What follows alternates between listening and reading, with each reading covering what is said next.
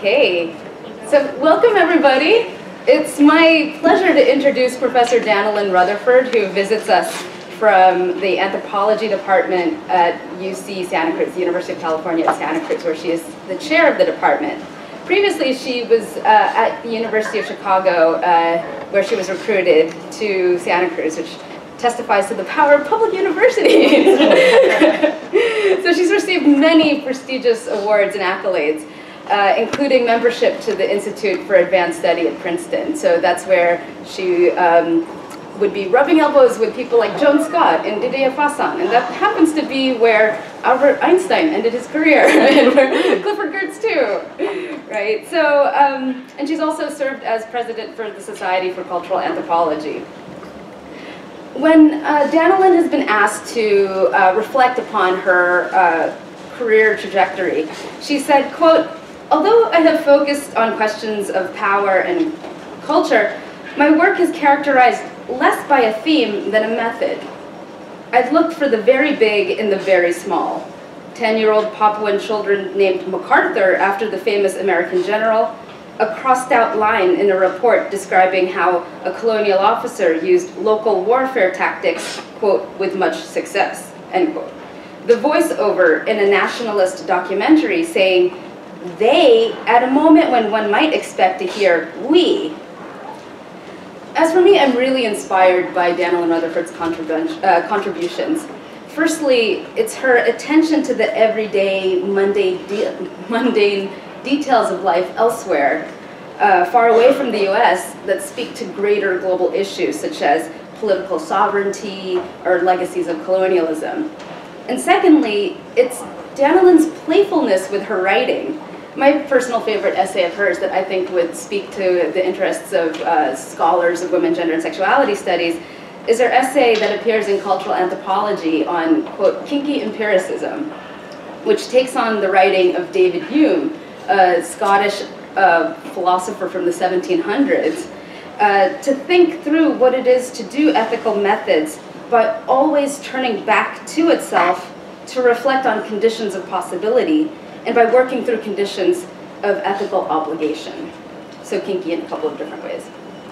So today, for us, she'll be reflecting on another dead white man.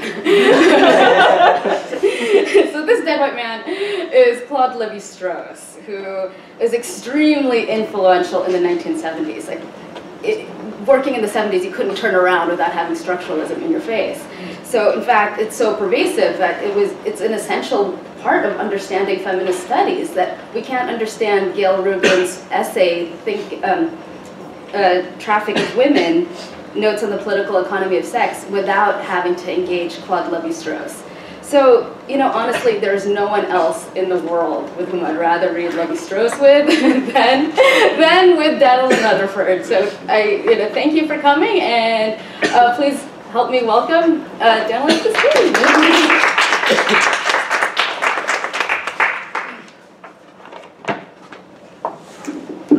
Thank you, Juno. It's such a pleasure to be here, and thanks to all of you for coming. I understand some of you are in a class with Juno, and you're very lucky because she's wonderful. This is going to be a little bit lecture-y, so I apologize in advance, but hopefully it won't be completely unfun. How does structuralism matter? How does it still matter at this centenary, well past its heyday in anthropology and the other so-called sciences of man? There is, of course, a cheap and easy answer to this question. Structuralism matters in the way that every intellectual trend matters. We have slapped the label structuralism onto books, lectures, and ways of talking, discourses, in a word, that appeared in the world in response to what came before and have shaped what came after. We still feel structuralism's effects in the ripples of bygone debates about structure and agency, or, in my current neck of the woods, totalizing and partial truths. In my talk today, I'm going to go out on a limb and offer a more forceful response. Certain premises associated with structuralism are at the heart of some of my discipline's most interesting new work. My observations on this topic are admittedly perverse. Structuralism focuses on lawn, as Saussure called the system of signifiers, not parole, the act of using them, let alone on the history of linguistic changes over time. Defined in this way, structuralism is a big minus, a line of research that demonstrates what not to do. Don't follow Saussure, follow Peirce. Don't focus on cultural units, focus on behavior. Don't get fixated on plot structures without paying heed to the situations in which stories are told. Taking the synchronic view, one fixed on a system abstracted from practice, can tempt us to overlook the ways in which cultural forms emerge in the rough and tumble of real-world contexts, fraught with contingency and shot through with power. Structuralism seems to lack an account of what it means to matter, what it means to have real-life consequences, to exert a pressure on the world. To the extent that the useful bits of the structuralist, to extract the useful bits of the structuralist tradition, we have to examine this corpse's underbelly, focused in passages that describe how something beyond structure intervenes to create or deform a system. To grasp how structuralism matters, we have to examine its matter out of place. This might sound high and mighty, but I'm actually up to something quite modest. What's in store for you is a highly idiosyncratic series of reflections, one part memoir, one part self-interested map of the lay of the land, with a bit of autoethnography thrown in. I'm going to say something about how structuralism matters and some scholarship I rather like. I take as my starting point Claude Lévi-Strauss's Elementary Structures of Kinship, with a focus on moments where Levi-Strauss finds himself compelled to tell us how kinship begins. Kinship is a hoary old topic that has experienced a renaissance of late. Beginning closest to this recent literature, I consider three turns in Levi-Strauss's thought that have proven to have great analytic potential. If taxonomy is taxidermy, to quote Asif Agha, a quaint fiddling with a corpse, then this tack represents an attempt to restore life to dead stuffed things. I consider Levi-Strauss's treatment of the matter of residence first, before moving on to the matter of relation and the matter of difference. Without further ado, let me welcome you to Levi-Strauss's house. The matter of residence. Sometimes an exception becomes the rule. This is the case when it comes to the treatment of Levi-Strauss's corpus within the contemporary anthropology of kinship, which has gained analytic traction by resuscitating Levi-Strauss's writings on house societies, société à maison, literally societies with houses. For Levi-Strauss, the house was a fetish, gluing together real interests and mythical pedigrees, and providing for the enterprises of the great a starting point endowed with absolute value. As such, societies with houses were stuck in a cultural purgatory of sorts between cold societies, where the elementary structures of kinship provided an exhaustive guide to whom one married and where one lived, and hot societies, structured by capitalism and the state, which were inhabited by individuals who mated in accordance with such prosaic class-based factors as where they worked, studied, drank, or exercised, not to mention the online dating sites where they lurked. In houses with societies, which were lukewarm if not just right, descent can substitute for affinity and affinity for descent, as Levi-Strauss put it, the classic example being the noble houses of medieval Europe, where one could make up for the lack of a suitable heir in the patrilineal line by designating a son-in-law or a sister-son as heir. Okay, so think Game of Thrones. Remember the beginning of Game of Thrones? The houses rise up? Yes, that's exactly what we're talking about here. It's easy to dismiss Levi-Strauss's house society as a jerry-rigged category, a halfway house on the road to modernity. And yet, the recent anthropology of kinship has built on this unpromising foundation in ethnographies that approach human belonging as irreducibly mediated, by wood and stone, by sleeping compartments and hearths, by the durable substance of precious metals and the ephemeral beauty of cloth, not to mention the very potentials of human bodies. In these studies, houses serve as indexical anchor points for thens and nows, heres and theirs, orienting social actors in time and space. Place is matter out of place, we might say, in Levi-Strauss's corpus, and yet his house is looming larger these days than the era dichotomies with which he began.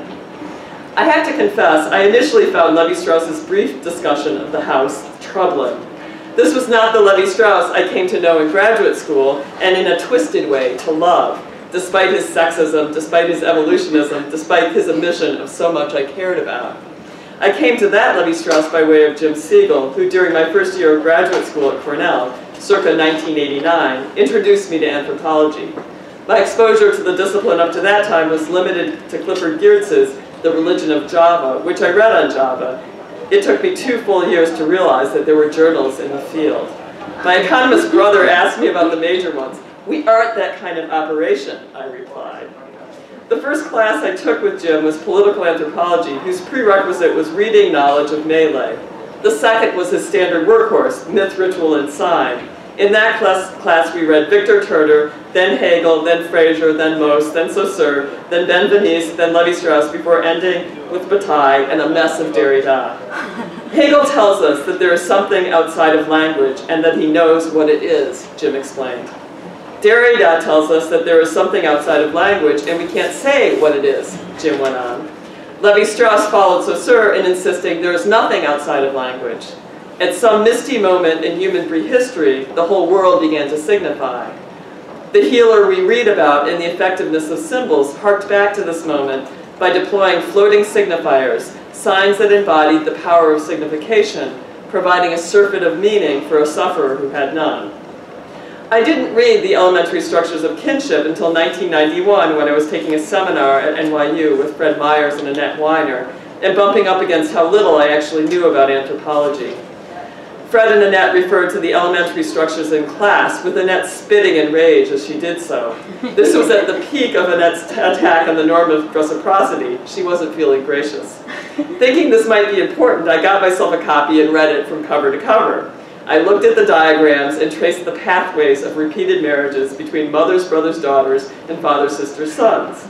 Later, I briefly toyed with figuring out some way to describe the kinship site system in my field site, an offshore island on the Indonesian-occupied side of New Guinea, as a degraded version of the Merngin. My friend in London, Fenella Cannell, rescued me from this wheel spinning by pointing out the obvious. The patrilides were really houses.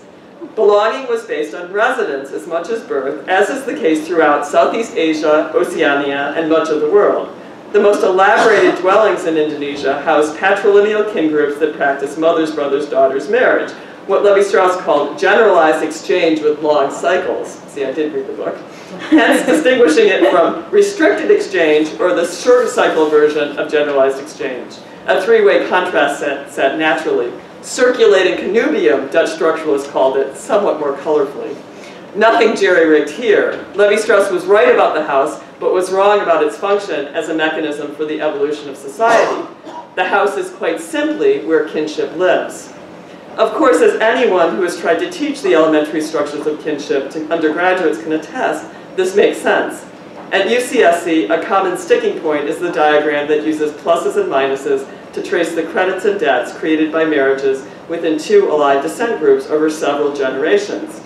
Who is keeping track? My students invariably want to know. The calculus seems to presume an enduring point of view. Who keeps track, one might say, is the house that recruits members to serve it over time. Levi-Strauss's house calls to mind Annette Weiner's inalienable wealth, what must be kept to make giving possible if we assume that every gift calls for a return to the source. With their heavily emphasized material embellishments, some houses are persons, living embodiments of the distributed personhood of a group. The matter of residence points to the irreducibly mediated character of the identities that exchange presupposes and entails, mediated by bodies, by sites in the landscape, and yes, by houses. The necessity of this premise becomes obvious when we try to do without it. We simply can't make sense of how kinships emerge in time. But this isn't the last word. In the best of recent writing, inspired by Levi-Strauss's writing on the house, a force more central to his oeuvre looms large, our next matter, the matter of relation. Susan McKinnon has made it clear that houses are just as relational as they are material. Houses often exist in hierarchies fueled by marriages that can only gain significance through their coexistence with other unions, including ones that take a less valued form. Annette Weiner writes of the ultimate form of inalienable wealth, the bones of an ancestor buried in a cave, protected from thieves, wind, and rain. But this most valuable heirloom teeters on the verge of worthlessness. As anyone who has hidden a treasure can attest, the most dangerous threat is not discovery, but oblivion. You simply forgot where you put it.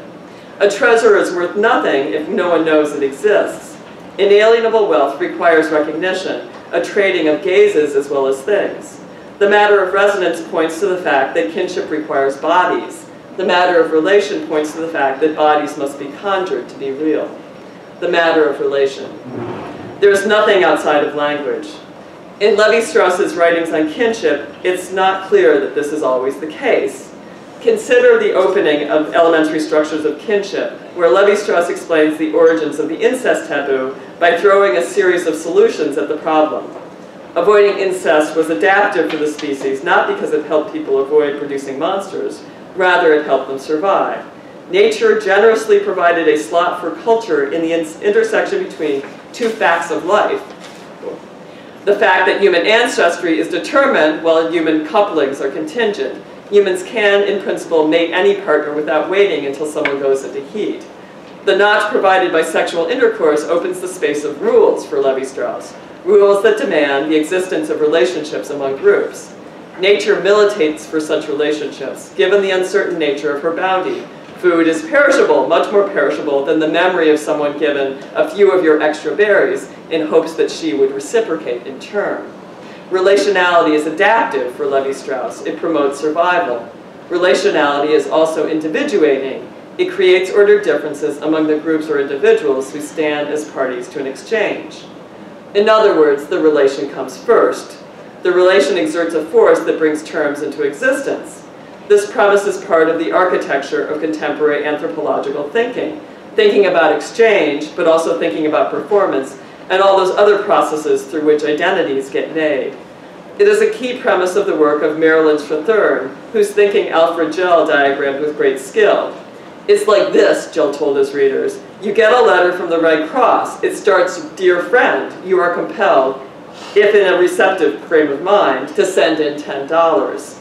A relationship between friends is objectified in this salutation.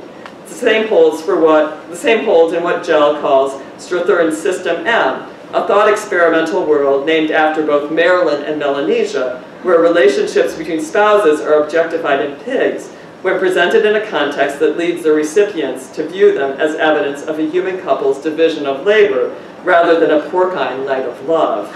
The relation comes first. One sends in the money, one becomes a friend, making the salutation into a self-fulfilling prophecy. The matter of relation is the force that produces agents, the force that localizes force.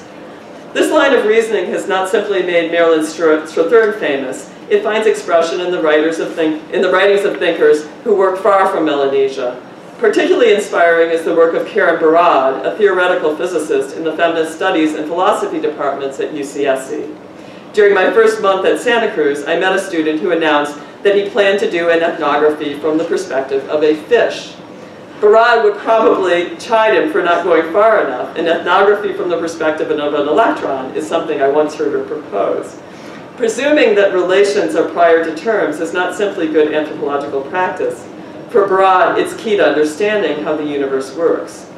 In Meeting the Universe Halfway, Barad explains that matter is what matters, and it only comes to matter by virtue of its participation in a relation, or what Barad calls an intra-action, a neologism she uses to describe the folding in of the world upon itself. An intra-action is an event that enacts an ontological cut that carves out an object of investigation from the apparatus that creates it as a consequential element of the world. Barad draws inspiration from Niels Bohr's interpretation of the two-slit experiment, which presents light as either a particle or a wave, depending on how the equipment is set up. Bohr's friend and rival, Heisenberg, interpreted this experiment as marking an epistemological limit. Humans could only get so close to reality before their means of engaging it transformed what they could see. Bohr went much further. There is no reality prior to measurement. The two-slit apparatus, organized differently, would not simply measure reality differently, it would make reality into a different beast. What is real are not facts but phenomena, which Bohr defined as pairings of experimental apparatuses and objects. Barad takes the point even further. One finds phenomena, apparatuses, and objects whenever, within an infinite field of possibilities, one part of the world takes the measure of another, thus making it relevant and real. Blood calls forth hearts, hammers call forth nails, indexes point to different dimensions of a context and make them count. The action makes the actor, as in the US Declaration of Independence, the founding documented that created the we, who declares. In my agential realist account, Barad explains, humans do not merely assemble different apparatuses for studying particular knowledge projects. Humans are part of the configuration and ongoing reconfiguration of the world. It is they, we too, who are phenomena.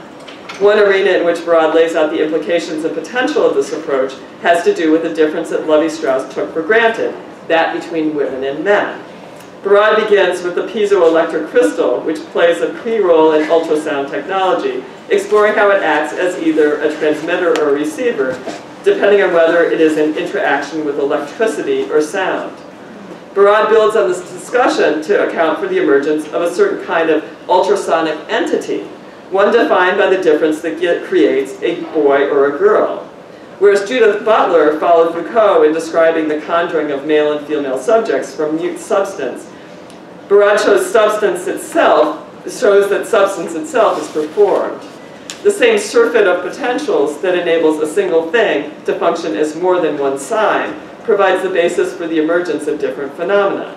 An interaction might create a phenomenon consisting exclusively of non-humans, say a sound wave in a crystal.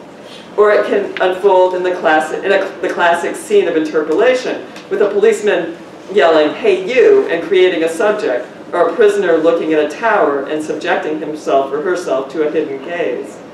Processes of both kinds, involving both human and non-human elements in interaction, go into making gender matter within and beyond the clinics, where technicians conjure sexted fetuses out of the lines and shadows of a screen. The matter of relation. Barad's agential realism provides the grounds for a new brand of integrated anthropology. One is attuned to the historical force of institutions and the histories of genes. Scholarship that approaches human evolution as, in a word, historical, and social life in all its patterning, a key factor in the niches humans occupy and create. But there's still another direction we can take this exploration of structuralism's matter out of place. Every interaction excludes at the same time as it brings phenomena into the world. In exploring the circles, triangles, and lines of Lévi-Strauss's diagrams, we bump up against difference. The difference at the heart of every relationship, and the difference that every relationship leaves out. Indeed, it may be difference that matters the most. The matter of difference. When I teach kinship at UCSC, I launch a frontal attack on the institution of marriage. Or at least that might be how some of my students would experience the course. We start the quarter by reading the chapter in The Trouble with Normal, where Michael Warner offers a scathing critique of the movement for marriage equality, which he sees as implicitly heteronormative, no matter how we dress it up. Each week, students watch an episode from the first year of Big Love and write out how the series relates to themes we're discussing in class. You might think you are learning about kinship, I tell them, but really this is a class about sex, money, life, and death, along with the pleasures, attachments, and compulsions that normative relationships leave out. The matter of difference, as treated in structuralism, provides a way of talking about these exclusions as generative of the norm. But it also provides a way of talking about the force of difference and the processes through which what looks like sameness is produced. In a small gem of a book, What Kinship Is and Is Not, Marshall Sahlins takes up this problem of sameness and difference. Quote, the specific quality of kinship, Sahlins tells us, is mutuality of being. Sahlins' kinfolk are persons who, quote, participate intrinsically in each other's existence. They are members of each other.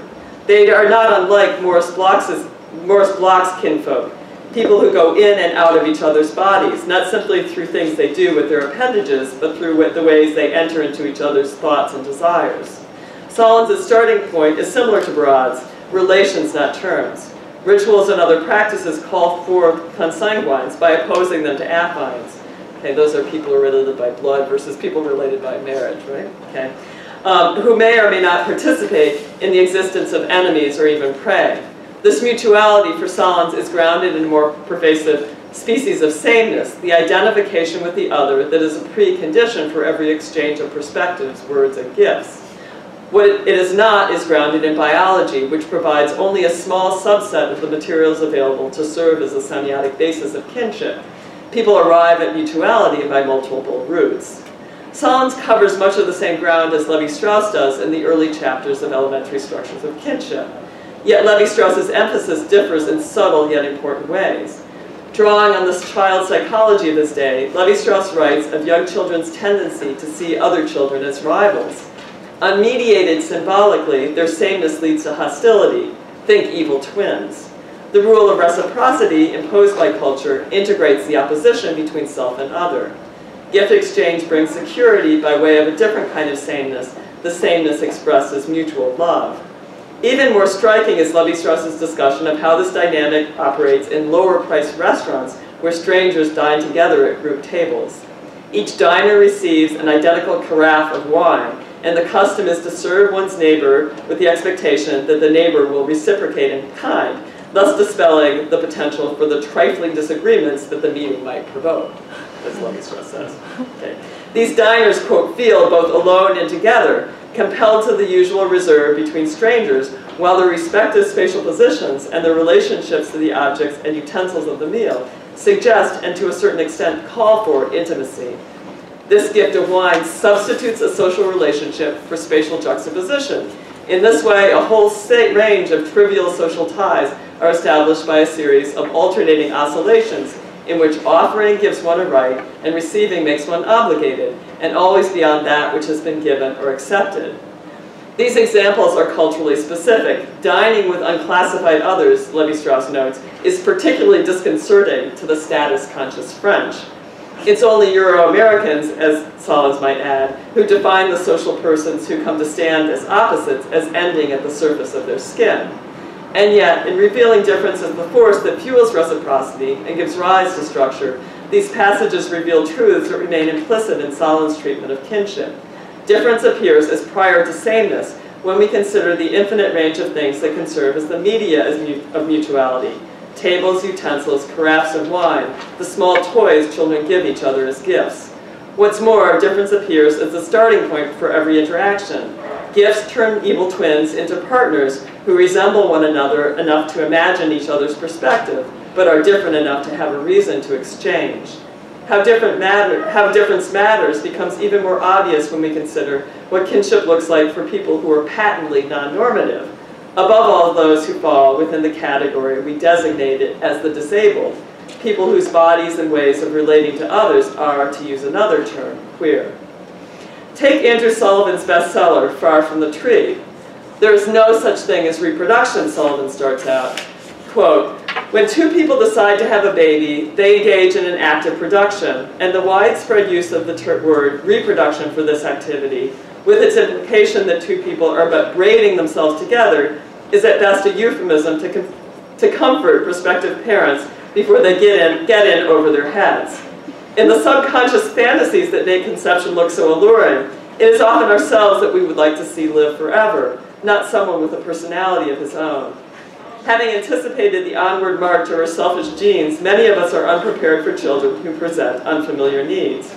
Parenthood abruptly catapults us into a permanent relationship with a stranger, and the more alien the stranger, the stronger the whiff of negativity. We depend on the guarantee in our children's faces that we will not die. Children whose defining quality annihilates that fantasy of immortality are a particular insult. We must love them for themselves, and that is a great deal harder to do. Loving our own children is an exercise for the imagination. For Sullivan, kinship may presume different sameness, but it is forged out of difference. Sullivan takes as a starting point his experience as a gay man with parents who could not accept him. His horizontal bonds with those he resembled in the gay community ended up being stronger than his vertical bonds to his kin. He continues with chapters on children who resemble him in this dimension, from the deaf and dwarves to children with Down syndrome, autism, and schizophrenia, to prodigies, children born of rape, criminals, and transgendered women and men. In each case, Sullivan reveals parents struggling to find a basis for mutuality, a struggle that can lead them to attempt to fix their children's bodies and behavior so they resemble their own. The outcome can be tragic. Cochlear implants, which ameliorate deafness, provide hearing parents with a way of working towards a sameness of perspective. But the cost of this cure is the severing of horizontal bonds. Deaf culture, with its hard-won intimacies and highly elaborated narrative genres, is sacrificed for the sake of communion between parent and child. Andrew Sullivan starts with difference, with the fact that reproduction is an impossible goal, and shows the difficulty it generates within a model of kinship that privileges sameness. But as he also shows, kinship lives not only in the dream of mutuality, but in the process of reaching across a gap that is only ever fleetingly crossed. Both points come into sharp relief in another recent work on kinship, Rupert Stash's remarkable Society of Others. For the Korowai of West Papua, what characterizes children is neither their similarity to their parents nor their difference from them, but the fact that they embody elements of both. Children extend their parents' lives, but the work of caring for their children kills them. Children's bodies come to look like their parents, but they start out as dirty and demonically weird. Children share pleasurable moments with their parents, but they are also temporally alien. They don't share parents' memories, and they are likely to survive after the parents are gone. What Stash calls the, quote, mismatched joining of close intimacy and distant otherness is what accounts for both the pathos and the pleasure of Korowai relations with children. Both derive from the passage back and forth between these poles. What holds for the Korowai holds for us all, in my experience, including those of us with disabled children. Here's where this talk becomes autoethnographic. The first thing I do when I'm teaching kinship is to show my students our discipline's conventions for mapping relationships.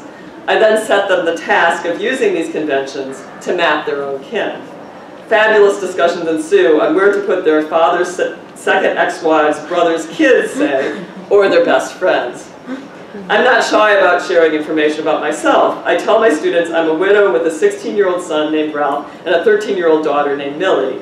I also tell them I have 5 paid wives, mostly in their 1920s, with one in her 70s, who is kind of like my mom. I don't actually have sex with any of these women, I always add. Their main role is helping me care for my daughter. When it comes to kinship, Millie pushes the limits of mutuality in a way that recalls Sullivan's account of disability. But she also reveals something equally significant and even vaguely uplifting about how difference matters in the forging of all kinds of social bonds. Like most parents of my generation, I read What to Expect During the First Year from cover to cover when I was pregnant with Ralph. When Millie was 4 months old, her father and I noticed that she wasn't making eye contact. When she was 6 months old, she developed an eye turn. When she was 8 months old, an optometrist took one look at her muscle tone and got us in to see a neurologist the very next day. Early intervention followed in the form of 3 years of therapy, physical, occupational, and speech, the last of which involved a nice woman teaching me to use the purple vibrators to stimulate Millie's lips and tongue. Running in parallel to therapy was the beginning of a fruitless search for a diagnosis, the golden ticket to insurance coverage for big-ticket items like the stander Millie needed so she would develop normal joints in her hips and knees. I like to think that Millie looks a bit like her father, but from the geneticists she's seen, Millie's fair skin, wide grin, and the gap between her teeth are symptoms. Their tests for Rett syndrome, Angelman syndrome, and Pitt-Hopkins syndrome have all come back negative, and yet they continue to search for what is wrong. What is wrong is obvious. Millie wasn't sitting on her own, let alone walking, at 12 months. Millie rolled once when she was a year old and waited until she was 2 to do it again. She didn't make eye contact during that early period. She only fleetingly does today.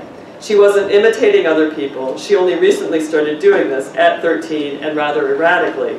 She'll clap after you clap, but after a long enough pause that it takes a second for the fact she is doing it to sink in. Craig, Millie's father, walked at 9 months. Ralph walked at 10 months.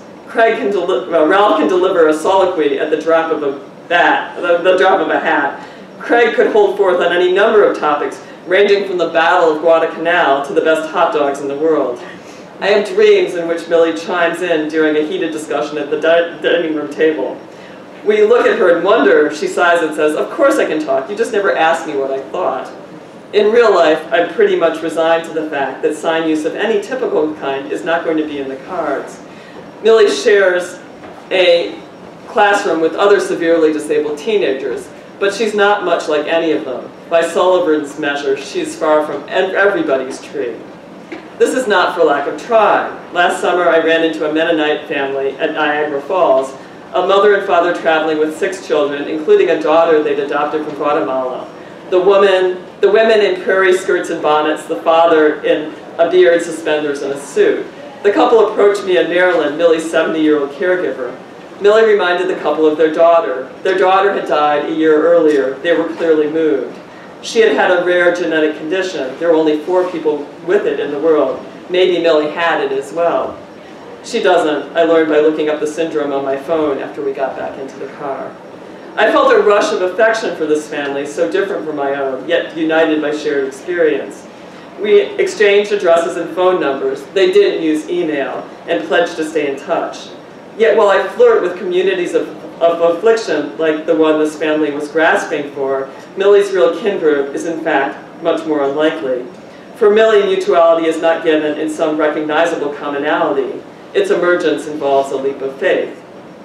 At 8 a.m., I walk into Millie's bedroom where she is lying fast asleep, splayed out on her back, her face turned away from me. Millie has to get up at 6 a.m. on school days. Marilyn or Ashley, her other morning caregiver, arrives at 5 a.m. to empty the dishwasher and make the oatmeal we use to feed Millie Keppra, the medication that keeps her seizure-free. On Saturdays, I fly solo. I'm the one who removes the wooden rail from the top half of a bunk bed where she sleeps, places her feet on the floor, and pulls her upright. It's not always easy. Sometimes she acts the lazy teenager and crumples to the floor. I'm the one who eases myself around her, pressing my knees against her buttocks to prompt her to march in the direction of her bathroom, where she sits on the toilet to have her teeth brushed and her leg braces put on for the trip to the kitchen table. Millie can walk, but not without someone behind her to keep her from falling. And she can interact, but only in highly idiosyncratic ways. I lean over the rail to whisper in Millie's ear.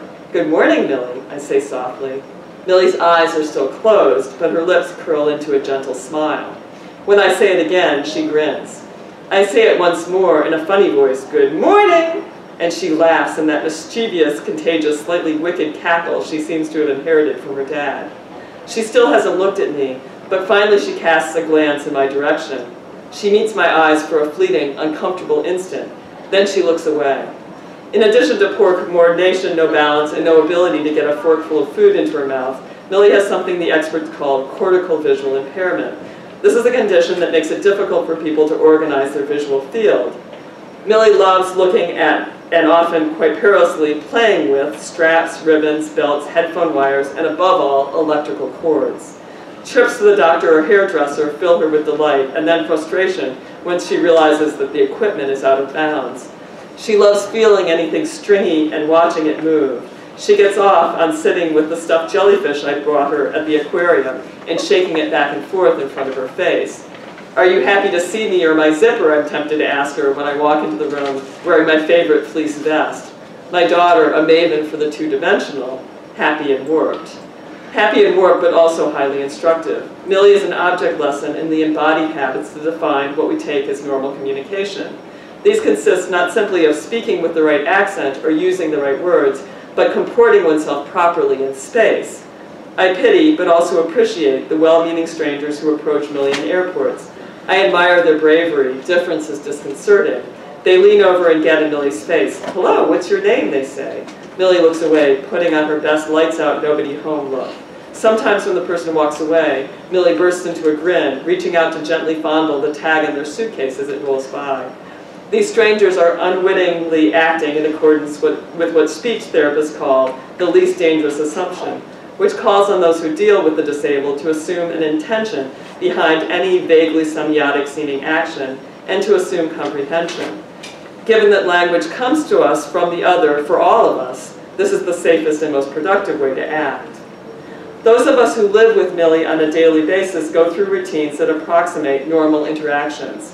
Facsimiles of conversation shot through with this hope. Millie has group speech therapy sessions in which each student is asked to chime in. The teacher asks a question: "What is the weather like today? What comes next in the schedule?" And Millie hits a button. Every morning, Marilyn has her granddaughter who lives with her record Millie's answer: "It's raining," or "Next we have lunch." I chatter ceaselessly when I'm with Millie, consulting her on all kinds of large and small decisions. Sometimes she ignores me, sometimes she acts like she's listening. Sometimes she laughs when I'm talking. I tease her for making fun of me, even though it's never apparent she understood a word of what I said. One of the genetic conditions she's been tested for, Angelman syndrome, has involuntary laughter as one of its symptoms. I prefer to think that Millie thinks her mother is a joke. There's a line in the elementary structures of kinship I find moving. Any social contact is an appeal which is a hope for a response. Hope is the infrastructure of Millie's communicative world. My most pleasurable interactions with Millie are those in which she takes the lead. She vocalizes, choosing from her repertoire of chirps, trills, groans, and giggles. I copy her. She bursts out laughing. Sometimes she repeats herself, copying me back. When I hand her a stuffed animal, she seems to get the same pleasure out of throwing it back at me. She doesn't follow my gaze, which is taken as an early indication of the capacity for language acquisition, but she does exchange perspectives, however tenuously, in a way that seems intentional, although it's always possible she's simply having trouble keeping the toy in her grip. These interactions with Millie partake in the mismatched joinings Dash describes, but in an accentuated fashion. I do something, and an eternity seems to pass. The stimulus hangs in the air, waiting for the response. When it comes, the effect is electric. Heightened intensity, heightened mutuality, born of the recognition of something that could be an accident, but is legible as a social act. James Siegel has suggested that every gift begins with the violence of a surprise. To be addressed is to be impinged upon. To reciprocate by addressing an irrecognizable other is to locate, domesticate, and avoid being engulfed by something that might otherwise seem to come from nowhere. Millie is at once my most intimate and my most alien interlocutor. Entering into the world of sign use in very slow motion, Millie makes evident the matter of difference, how different matters, how it impinges and incites. She shows us how different spurs the gestures that create the relationships that add up to kinship. She shows us how different sets what looks like structure into place. Conclusion. I still love the charts. I still enjoy tracing how a particular alignment of circles and triangles designates who can marry whom. I enjoy drawing diagrams of mothers, brothers, daughters, and fathers, sisters' marriage patterns on the blackboard for my students, tracing the flow of brides across the generations, running one direction in the first case and shooting back and forth in the second. I like the purity and the clarity. It's like a game of ping pong, I tell my students, back and forth, back and forth. The order is comforting. I only occasionally break down the process to that moment when a white orb comes careening across the net and a paddle meets it with a crack. Father's, sister's, daughter's marriage occurs in times of instability, according to Levi-Strauss. But these interruptions, when an abrupt jolt of something beyond structure deflects the flow of exchange, are not simply an exception to structuralism's rule. The matters of resonance, relation, and difference I've discussed today are what matters in structuralism, that fuel the give and take from which what looks like structures are made. There is nothing outside of language. Structuralism might want to tell itself this, but it can't avoid admitting awkward intruders, from rotting berries to sheltering roofs to the anxious silence that precedes the pouring of a glass of wine.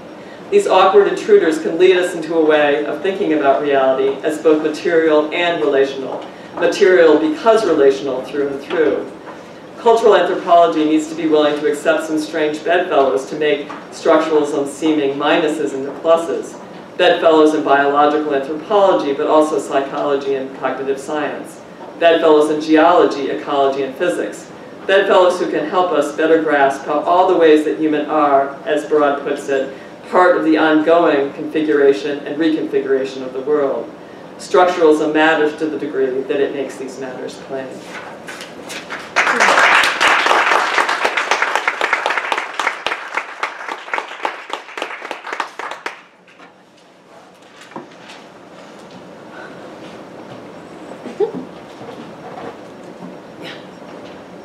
Just like with our class, we read a lot about Gail Rubin, thinking sex, and I was just kind of wondering, like, how do we go beyond like binary thinking in terms of like male, female, and just like No, that's, I mean, and again, like, this is like a bunch of material all at once in this paper, but I think that's like really the power of Karen Barad's work. I mean, it's like, I hope that you got the message from this. It's like structuralism provides for the tools of its own undoing, precisely in that normative form, right? You know, and that kind of like, the binary sort of what tendencies within structuralism, I think, are associated with Levi-Strauss's desire not to tell a just so story, but also to tell a just so story. He can't help himself. He wants to say that language simply comes into being, and then we have the resources with which to talk about things like the origins of language. And yet at the same time, he still wants to have a kind of brute functionalist kind of account. It's like, you know, humans need to reproduce. There are males and there are females. They have these capacities, you know, and it's like, this is the beginning of everything, right? Whereas I think the power of, you know, Karen Broad, other feminist thinkers is to really, okay, difference. You can think difference without necessarily thinking gender, right? And that seems to be key, right? You know, and difference actually coming out, difference not simply as, you know, the opposition between two things. That's actually an ordering. That's a domestication of a form of difference that's far more radical in its force, right? These moments where it's not clear where one begins and the other ends. So, no, this is a really good question. I'm really floored by like the intensity of your story, raising your daughter under these conditions, and this is life. This is your life, right? And that, wow, to really see, so to be so confronted with the pointed analysis that reproduction is about this reproduction of the self and this narcissistic desire to reproduce oneself, and then. But the fact of parenting is that you're not going to reproduce yourself; you're going to reproduce another, and that you really get the soul of that, right? Of what it is to connect with someone who's so radically different. Yeah. So I'm still like so overwhelmed with that kind of question of the banal of how you carry on with this kind of everyday confrontation, not even every day, but like every interaction is one about difference. It's kind of amazing how quickly stuff normalizes, you know? Just like another little lesson of cultural anthropology. It's like, you gotta get used to your life pretty quickly. And it's like, my son is so much more difficult than my daughter. And there's a sense in which with my son, you know, it's like, you think I'd learn this lesson from Millie and apply it to Ralph. It's like, no, Ralph, you have to be just like me. No, it's kind of amazing. Yeah, it is pretty amazing, right? Yeah. No, I mean, one of the things that I really like about my life with Millie is just like it completely blows open the sort of normative, domestic, you know, whatever, nuclear family kind of fantasy or model, you know, which I kind of never was really comfortable with, and sort of like having, you know, relations. I mean, it also forces me to think a lot about care work, right? And the sorts of intimacies of care work, and how you kind of deal with those like politically and ethically, you know, which is another sort of everyday part of my life that I actually think it's really fun. You know, I like it. I mean, it's difficult, but I like it. I really like the people I work with, and I really like having a household that's not sort of closed off in the way that, you know, we're supposed to have our households closed off, and they never are.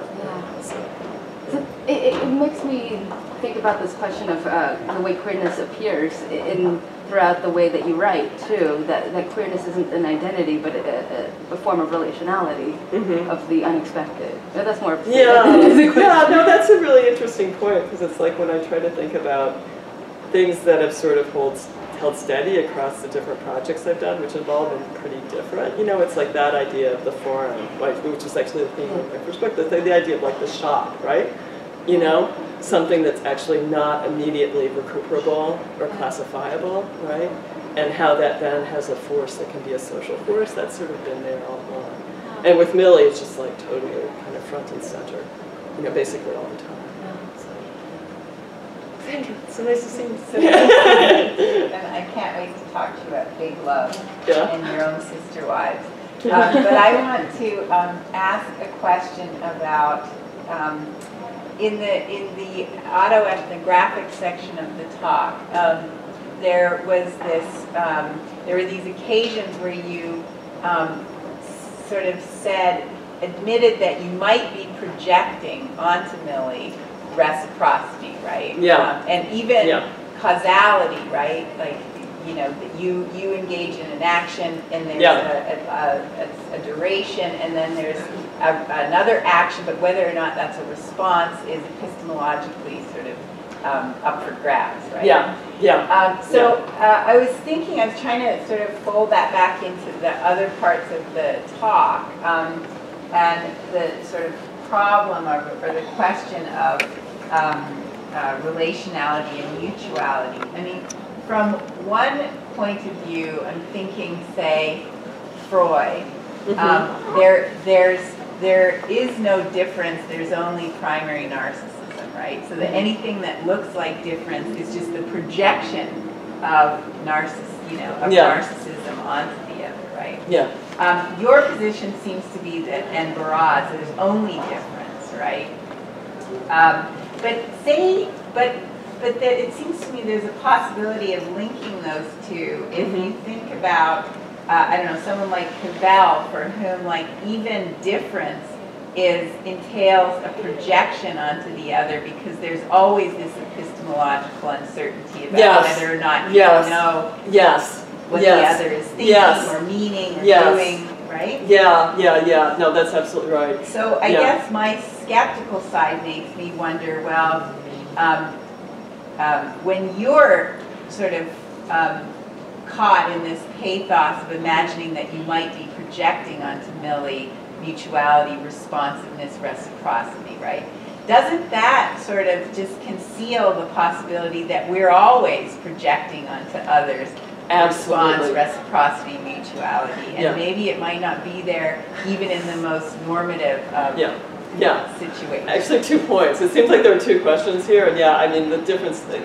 It's like I say difference, and it's like I'm using this word like really kind of quickly and loosely, but it's much more of a. I mean, in broad, what's actually primary is sort of the multiplicity of potentials, right? Of possibilities, right? Out of which you make an ontological cut, where something appears as a difference. But it's not that difference. It's sort of like this, it's again, whatever could be fancy. It's more a Derridian difference than differences that are set up to begin with, right? So or like big Bergsonian becoming or something. Yeah, something like that. Materialism, that sort of way. Exactly. But the point that you're making, and absolutely, that's completely what I want to do with this. This is completely it's all projection all absolutely. It's completely what I want to do with this, because this is what, Millie, I mean, what I'm saying here is like this projection. It's like, when Millie, I mean, this is the sort of like, you're allowed to say these things because you're the parent, right? My husband is like Millie, the potato baby, because when she was newborn-like. You guys know what newborns are like, right? How many of you have been around newborns? I mean, they're pretty disturbing, frankly. Right? Millie was very newborn-like for the first 3 years of her life. And yet I would take her to speech therapy. We'd sit down and she'd like, newborns burp or whatever. And it's like, the speech therapist was always on the money. She's smiling. It's like anything Millie did was, intention was attributed, right? And first I'm like, these guys kidding, and then it kind of pissed me off. It's like, oh, they're trying to discipline me into being a proper mom because they don't trust me to actually love my daughter for who she is. There's all sorts of thoughts going through my head. But I also came to see it as like, from the perspective of the people who work with severely different people, it's kind of an ethical position, right? And it's also a position that sort of brings home the fact that so much of what we take as intentional communication is just a mistake. I mean, talk and think about it as you're talking. It's like, how much of what comes out of your mouth is just, who the hell knows where this comes from? Who the hell knows what you mean? Until it's sort of, you have feedback from the other. Then there might be a moment of recognition, which is itself fleeting, right? So that's kind of where I want to go with this project, is sort of calling into question some of the normativities built into the way that, anthropologists think about interaction. It's kind of ambitious in a way, because it sort of goes down to sort of some of the bases of whatever, social science, right? But it's like there are also normative, like the normative force of vision within verbal interaction that we don't think about very often. And also the sort of like the degree to which we think that cognitive sharing is like, that's the normative, and that's the only thing that counts as interaction if we have the same meaning in our head. Whereas how much of it is actually other sorts of embodied ways of being with another, would begin with embodied ways of being with yourself, proprioception. And you learn all these things when you have someone who's just like embodied in a really different way. You stop taking into account all these aspects of just human being in the world that are otherwise just completely easy to take for granted. So that's a really helpful comment. Yep. I have 2 questions. One is in the spirit of when you say something, you don't necessarily know that anybody gets it back. In that spirit, I wrote down something you said, and I want to say it back to you and ask to have you expand and restate it differently. She said, I think this is what you said. Billy shows how different sets what looks like structure into place. Yeah. Yeah. That's the first question. I think I said that, yeah. I think you said it too. That's the first Did I mean it? To unpack that more about what that actually means. Like, yeah. And then the second question is a methodology question. I'm so interested in what you're saying, like where you want to take this, where this goes. I'm having a difficult time like imagining the methodology for this project, and I'm wondering what your thoughts are on it. Yeah. So the first question, different set structure into place. Yeah, even as I said that, I wondered if I really thought that's right. But the impression of structure, right? You know, and it's sort of, again, the sort of notion that one comes up against difference, you know, structure, there's a response which has like a structuring effect. It's domesticating, but it never really gets rid of it, right? So it's like, yeah, you see something that looks like interaction, like structured interaction with Millie emerging. But, you know, because Millie is like super non-normative, it's very, very fragile, right? You know, but the same is true for wherever you see structure, right? So again, this is a way of sort of how do you think about what you can recuperate from structuralism, right? What you can recuperate from Lévi-Strauss, right? It's not like structures are out there and exist, but we have the impression of the effect of structure. You have to account for that. You know, how does that come out of an encounter with, you know, these sorts of uncertainties? The second question, like the method for this, yeah, this is going to be a really, I mean, it's a project I've sort of been starting slowly, and, you know, I think there are going to be two different kinds. I want to write a book that's like not a real long book, and hopefully a more accessible book than this talk, right? But they would sort of have two different registers, and one would be an ethnography of speech therapy, so working with speech therapists who are, you know, operationalizing the least dangerous assumption, and you know, who are dealing with practices that have very deeply embedded within them kind of normative ideas of intentional speaking subjects, you know, very Euro-American ideas of the subject, right, and rights and so on. But then thinking about, like, you know, through interviews or maybe participant observation, which actually I have access to because I'm the mom of a kid, right, to be able to do some sort of work on what's the sort of other kinds of wisdom that circulate within this community, right? You know, that they're doing other sorts of being together with the people who they're working with, you know, and sort of, you know, see if we can sort of talk about communities of semiotic, communities of sign use that are queer in this sense, right? So that would be one register would be going to be ethnographic, right? You know, maybe I would do whatever science studies method of getting some training as a speech therapist, whatever. Right, and the other would be autoethnographic, kind of more in the vein of this kind of writing, which I've sort of started to do. I've been doing something you can only do in places like Santa Cruz, California, which is writing practice, which is a form of Zen practice that involves writing. That's like totally awesome. Like you sit in a room and someone gives you a prompt, like I remember, and then you write for 20 minutes, and the rules are you have to do it with pen and paper, you can't go back and erase, you have to be concrete, and you have to just like write what comes out. So I've been like producing sort of field notes, right? Field notes of my life, doing this kind of practice. So that's the other kind of method, which is clearly not really anthropological. Hi. Thanks so much for the talk. I really enjoyed it. It was a great like performance of the academic and personal. I really enjoyed it. I was wondering if you could talk a little bit about kinship and how much of the talk revolves around kinship actually, because I'm just thinking through it and whether you could have written a similar talk around a different structuralist, right, that got us to the same place.